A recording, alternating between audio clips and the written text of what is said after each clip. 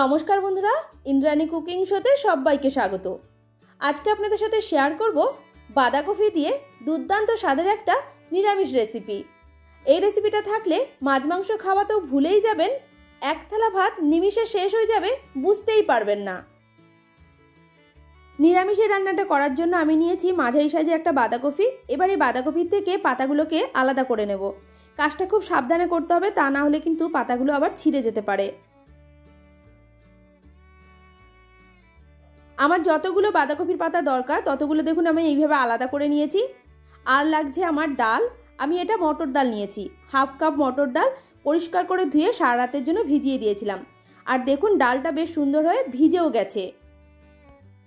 মটর ডাল না থাকলে ছোলার ডাল কিংবা মুগ ডাল যেটা খুশি নেওয়া যাবে। এরপর নিয়েছি বড় দেখে একটা মিক্সির জার। ভেজানো ডালটাকে জলটা ভালো করে ছেঁকে নিয়ে মিক্সির জারের মধ্যে ঢেলে নিলাম। ঢাকনাটা আটকে খুব ভালো করে ডালটাকে পেস্ট করে নেব। মটর ডালটা আমার খুব ভালো করে পেস্ট করা হয়ে গেছে। এবারে এই বেটে রাখা ডালটাকে বড় একটা বোলের মধ্যে ঢেলে নিচ্ছি। এবার এই ডাল বাটাটার মধ্যে কিছু মশলা অ্যাড করে নিচ্ছি। প্রথমে এর মধ্যে দিয়ে দিলাম হাফ চা চামচ নুন, বা স্বাদ মতো নুনটা এখানে দিতে হবে। হাফ চা চামচেরও কম দিলাম হলুদ গুঁড়ো, হাফ চা চামচেরও কম দিচ্ছি লঙ্কার গুঁড়ো। ঝালের পরিমাণটা আপনি একটু বাড়িয়ে দিতে পারেন। হাফ চা চামচেরও কম দিলাম আদা বাটা, আর হাফ চা চামচ দিয়ে দিলাম গরম মশলা গুঁড়ো।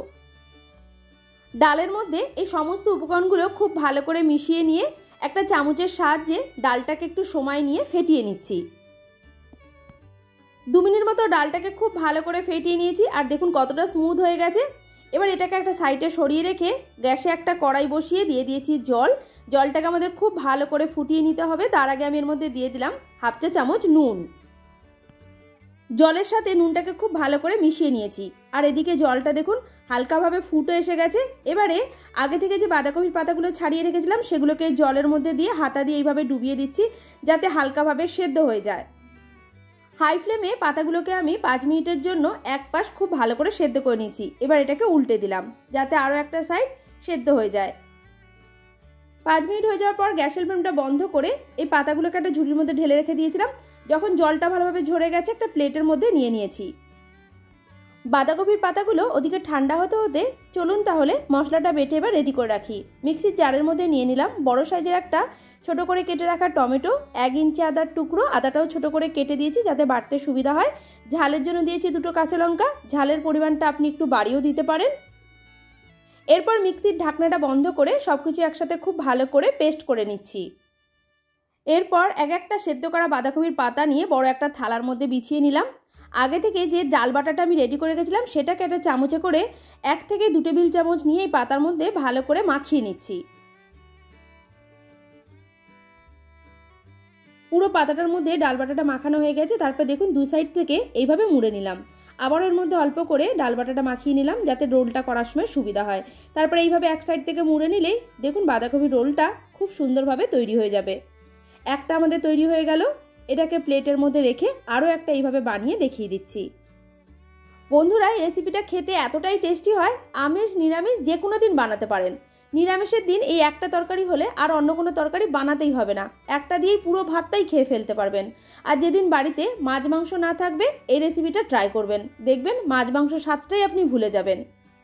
কথা বলতে বলতে দেখুন সবগুলো আমার তৈরি করা হয়ে গেছে। এবারে চলুন রান্নাটা শুরু করি। এই রান্নাটা করার জন্য কড়াইতে দিয়ে দিচ্ছি সর্ষের তেল। প্রথমে তেলের পরিমাণটা একটু বেশি করে দিতে হবে, কারণ এই বাঁধাকপিগুলোকে আমাদের ভাজতে হবে।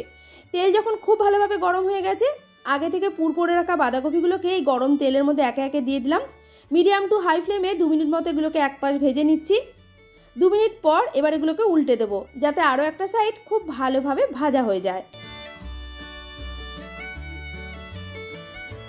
প্রথম ব্যাচে যে কটা বাঁধাকপির রোল আমি ভাজার জন্য দিয়েছিলাম দেখুন প্রত্যেকটা খুব সুন্দর লাল লাল করে ভাজা হয়ে গেছে। এগুলোকে এবার তেল থেকে তুলে নিচ্ছি। একই রকমভাবে বাদবাকিগুলোকেও ভেজে নেব। মাঝে মাঝে এইভাবে বাঁধাকপির রোল বানিয়ে ডাল ভাতের সাথেও খেতে পারেন, খেতে খুব সুন্দর লাগে। ওই একই কড়াইতে আবারও দিয়ে দিচ্ছি অল্প করে সর্ষের তেল। তেলটা গরম হয়ে যাওয়ার পর এর মধ্যে ফোড়নের জন্য দিলাম হাফ চা চামচ গোটা জিরে আর একটা তেজপাতা। মিডিয়াম টু হাই ফ্লেমে ফোড়নটাকে ভেজে নিচ্ছি 20 থেকে 25 সেকেন্ড। ফোড়নটা ভাজা হয়ে গেছে। এবার এর মধ্যে দিয়ে দিলাম আগে থেকে বেটে রাখা মশলা। আদা, টমেটো, কাঁচা লঙ্কা যেটা আমি পেস্ট করে রেখেছিলাম সেই মশলাটাই এখন এর মধ্যে দিয়ে দিচ্ছি। মশলাটা এবার একসাথে খুব ভালোভাবে কষিয়ে নিতে হবে। তার আগের মধ্যে আমি দিয়ে দিচ্ছি হাফ চা চামচ হলুদ গুঁড়ো, 1 চা চামচ দিচ্ছি জিরে গুঁড়ো, ঝালের জন্য দিচ্ছি হাফ চা চামচেরও কম লঙ্কার গুঁড়ো। ঝালটা যদি বেশি আপনি পছন্দ করেন তাহলে লঙ্কা গুঁড়োর পরিমাণটা একটু বাড়িয়ে দেবেন। আর এর মধ্যে দিয়ে দিলাম স্বাদ মতো নুন। মিডিয়াম টু হাই ফ্লেমে মশলাটাকে এবার খুব ভালোভাবে কষিয়ে নিচ্ছি যতক্ষণ না এর থেকে আদা টমেটোর কাঁচা গন্ধটা চলে যাচ্ছে। এই মশলাটাকে আমি 4 থেকে 5 মিনিট খুব ভালোভাবে কষিয়ে নিয়েছি। এবার এর মধ্যে দিয়ে দিলাম জল। এই তরকারিটা কিন্তু খুব বেশি ঝোল হয় না, একটু মাখো মাখোই হয়, তাই জলের পরিমাণটা খুব বেশি দেওয়ার দরকার নেই, অল্প করে দিলেই হবে।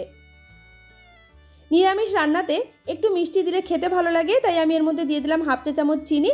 চিনির পরিমাণটা আপনি এর থেকেও বাড়িয়ে দিতে পারেন, বা মিষ্টি যদি না দিতে চান না দিলেও কোনো রকম অসুবিধা নেই। গ্রেভিটা ফুটে ওঠার পর এর মধ্যে বাঁধাকপি রোলগুলোকে দিয়ে খানিকক্ষণ ফুটিয়ে নিতে হবে। এবার এটাকে আমি ঢেকে দিলাম। তারপরে এইভাবে আমি রান্না করে নিচ্ছি একদম লো ফ্লেমে 5 থেকে 7 মিনিট। 7 মিনিট হয়ে যাওয়ার পর ঢাকনাটা খুলে নিলাম। এবারে একটা খুন্তির সাহায্যে খুব হালকা হাতে এগুলোকে একটু নাড়িয়ে নিচ্ছি। এরপর এর মধ্যে দিয়ে দিচ্ছি হাফ চা চামচ গরম মশলা গুঁড়ো আর দিচ্ছি 1 টেবিল চামচ ঘি। এই রান্নাটা খেতে এত অপূর্ব হয়, আমাদের বাড়ির সকলের ভীষণই পছন্দের। ভাত, রুটি, পরোটা, ফ্রাইড রাইস, পোলাও সব কিছুর সাথে খেতে পারবেন, আর খেতে দুর্দান্ত লাগবে। ঘি গরম মশলা দেওয়ার পর আরও 2 থেকে 3 মিনিট ফুটিয়ে নিয়েছি। এবারে গ্যাসের ফ্লেমটা বন্ধ করে গরম গরম ভাত কিংবা রুটির সাথে পরিবেশন করুন। আজকের এই রেসিপি যদি আপনার ভালো লেগে থাকে চ্যানেলটিকে সাবস্ক্রাইব করুন। আবার অনুরোধ রইল পাশে থাকা বেল আইকনটাও প্রেস করে রাখবেন। অবশ্যই একটা লাইক করবেন, শেয়ার করবেন আর কমেন্ট করে জানাতে একদমই ভুলবেন না। পুরো ভিডিওটা দেখার জন্য আপনাকে অসংখ্য ধন্যবাদ।